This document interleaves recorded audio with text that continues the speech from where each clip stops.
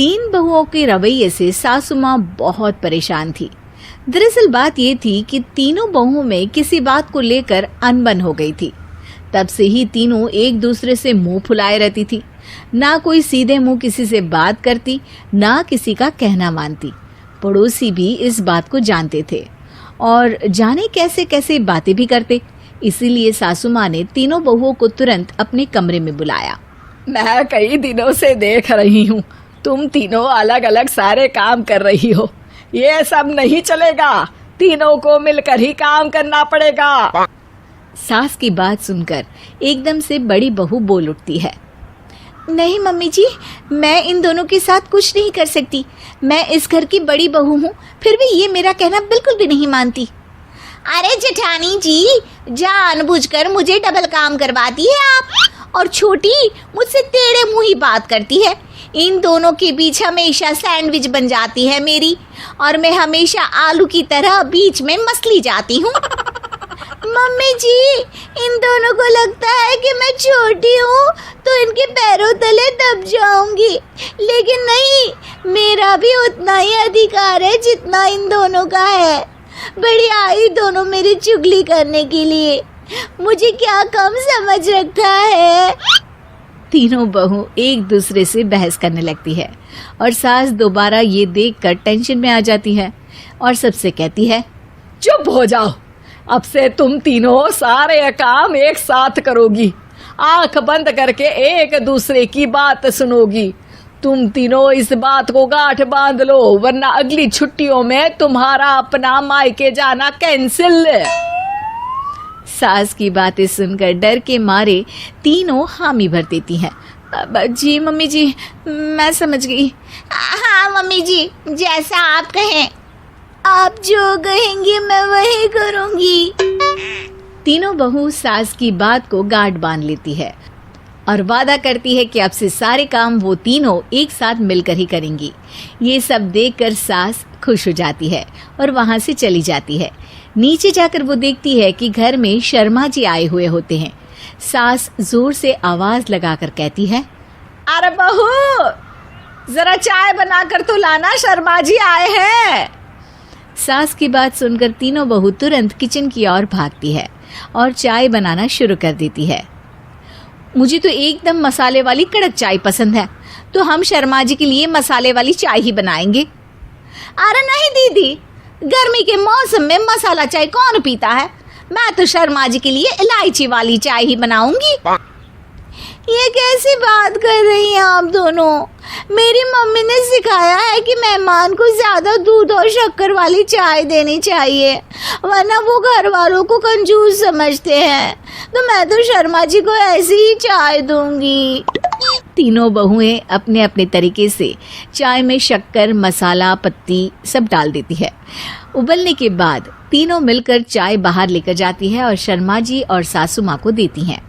चाय पीने के बाद शर्मा जी सासू माँ को देखकर शर्मा जाते हैं और शर्मिंदा महसूस करते हैं कि आखिर उन्होंने चाय पीने के लिए हामी क्यों भरी। सासू माँ भी चाय पीना शुरू करती है और कहती हैं, अरे बहू, ये कैसी चाय बनाई है? चाय है या मीठे दूध की बासुंदी?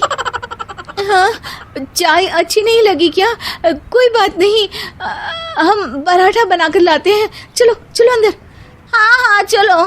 हाँ, आती हूँ मैं भी। नहीं नहीं, मेरा पेट चाय ने ही चौपट कर दिया, वही काफी है। पराठे से पोपट नहीं करवाना, मैं तो चलता हूँ। शर्मा जी चुपचाप पतली गली से निकल जाते हैं। अगले दिन सास बहुओं से कहती है, अरे बहू, जाओ जाके ऊपर के गेस्ट हाउस की सफाई कर दो। कल हमारे यहाँ मेरे दूर के रिश्तेदार आने वाले हैं, तो पूरे कमरे को चमका देना, समझी? तीनों बहू सास की बात को मानकर ऊपर सफाई करने चली जाती हैं और तीनों कमरे की सफाई चालू कर देती है। बड़ी बहू मकड़ी के जाले साफ करती है, तो बीच वाली झाड़ू लगाना और छोटी वाली सर्फ डालकर जमीन धोना शुरू कर देती है।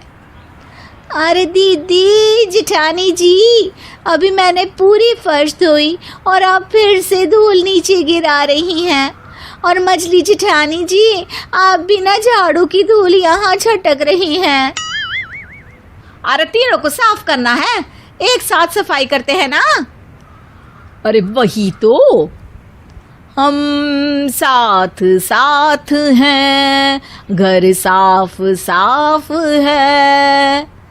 तीनों बहू ऐसे ही काम में उलझ जाती है और 2 घंटे तक एक ही कमरे की सफाई करती रहती है। बहुत देर से अपनी बहुओं को ना देखने के कारण सास ऊपर कमरे में उन्हें देखने जाती है, लेकिन कमरे में घुसती ही वो गीली फर्श पर फिसलने के कारण नीचे गिर जाती है।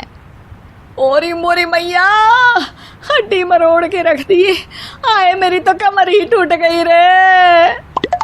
तीनों बहुएं सास को उठाती हैं और बिस्तर पर सुला देती है। अरे मेरे हाथ पैर दर्द कर रहे हैं, दबा दो, आराम मिलेगा। हाँ जी माँ जी। अरे जी माँ जी, जी माँ जी।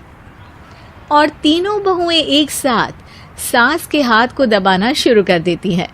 माँ की तो चीख ही निकल जाती है और नतीजा ये होता है कि सास के बचे हुए शरीर में भी दर्द उठ जाता है। हाय राम, ये क्या कर दिया तुम तीनों ने। अरे मेरी तो किस्मत ही फूटी है कि तुम जैसी बहुएं मुझे मिली।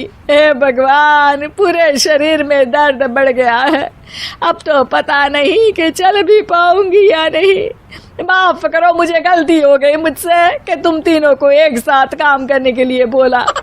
सोचा था तीनों मिलके अच्छे से काम करेगी, लेकिन बड़े बुजुर्ग सही कहते थे कि 3 तिगाड़ा काम बिगाड़ा। तुम लोगों ने ये बात ना आज साबित करके दिखा दी। तुम तीनों को तो समझाना यानी मानो भैंस के आगे बीन बजाना है। तुम्हें अकेले अकेले काम करना है ना, तो अब से तुम अकेले ही अपना अपना काम करो। तीनों बहुएं वहां से जाने लगती है। अरे कहाँ जा रही हो? आप ही ने तो कहा कि अपना अपना काम करो, तो मुझे मुल्तानी मिट्टी लगानी है।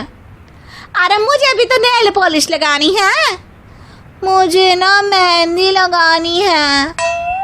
सास अपना सर पीट लेती है और कहती है, अरे मुझे भी लगाना है कुछ।